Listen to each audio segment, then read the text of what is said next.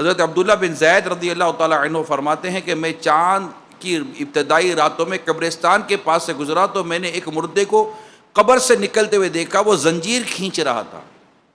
پھر میں نے ایک شخص کو دیکھا جس نے وہ زنجیر پکڑی ہوئی تھی، اس نے باہر نکلنے والے شخص کو اپنی طرف کھینچا اور قبر میں واپس لے گیا۔ پھر میں نے دیکھا وہ شخص اس مردے کو مار رہا تھا اور مردہ کہہ رہا تھا، کیا میں نماز نہیں پڑھتا تھا؟ کیا میں غسل فرض ہونے پر غسل نہیں کرتا تھا؟ کیا میں روزے نہیں رکھتا تھا؟ تو اس مارنے والے نے جواب دیا، ہاں کیوں نہیں، تو واقعی یہ کام تو کرتا تھا، مگر جب تو تنہائی میں گناہ کیا کرتا تھا اس وقت اللہ سے نہیں ڈرتا تھا۔ تو میرے پیارے اسلامی بھائیوں، اللہ پاک آپ کو مجھے گناہوں سے بچ کر اپنی زندگیوں کو نیکیوں کے ساتھ گزارنے کی توفیق عطا فرمائے۔ نیکی کرنے کی اگر طلب ہو، اللہ کو راضی کرنے کی سوچ ہو، تو بندہ بعد اوقات تنہائی کو غنیمت جانتا ہے۔ بھائی نماز قضا ہے معاذ اللہ، اب وہ قضا نماز ادا کرنی ہے، اس کو کسی کو بتا کر تو کرنے سے رہا، اور بہتر یہ ہے کہ لوگوں کے سامنے نہ بھی کرے، کہ اعلان ہی نہ ہو کہ مجھ پہ بھی نماز قضا آتی۔ تو قضا نماز ادا کرنے کا بہترین ٹائم کون سا؟ جب کوئی دیکھ نہیں رہا، پتہ ہی کسی کو نہیں ہے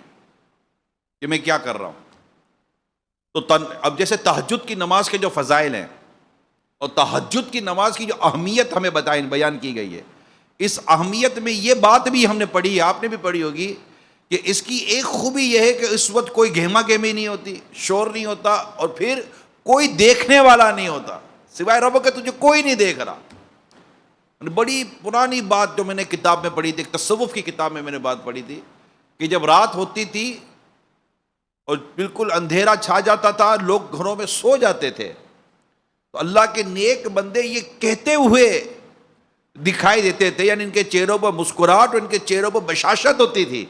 اور ان کے جذبات اور تاثرات یہ ہوتے تھے کہ اب مزہ آئے گا، اب ہم عبادت کریں گے کہ اب سوائے خدا کے ہمیں کوئی بھی نہیں دیکھے گا۔ ان کی کیفیت عجیب ہو جاتی تھی، صورت بدل جاتی تھی ان کی۔ اور ایک وہ بھی ہے کہ جب تنہائی ہوگی، امی ابو گھر پر نہیں ہیں، بھائی بہن گھر پر نہیں ہیں، چل آ جا، موبائل کھول لیں گے، کوئی اور اسی چیز کھول لیں گے، یا پہلے سے پلاننگ ہوگی، یا ہوگا یار آپ میرے گھر پر آ جانا، خدا نہ خواستہ کسی نیکی کے نام پر جمع ہوں گے، دھوکہ دے کر جمع ہوں گے، گھر والوں کو یہ کہیں گے کہ ہم فلاں کام کے لیے جمع ہو رہے ہیں، اور کرنا کچھ اور ہوتا ہوگا۔ تو یہ جو بے حیائیوں کا جو سلسلہ، اللہ پاک ہمارے حال پر رحم فرمائے۔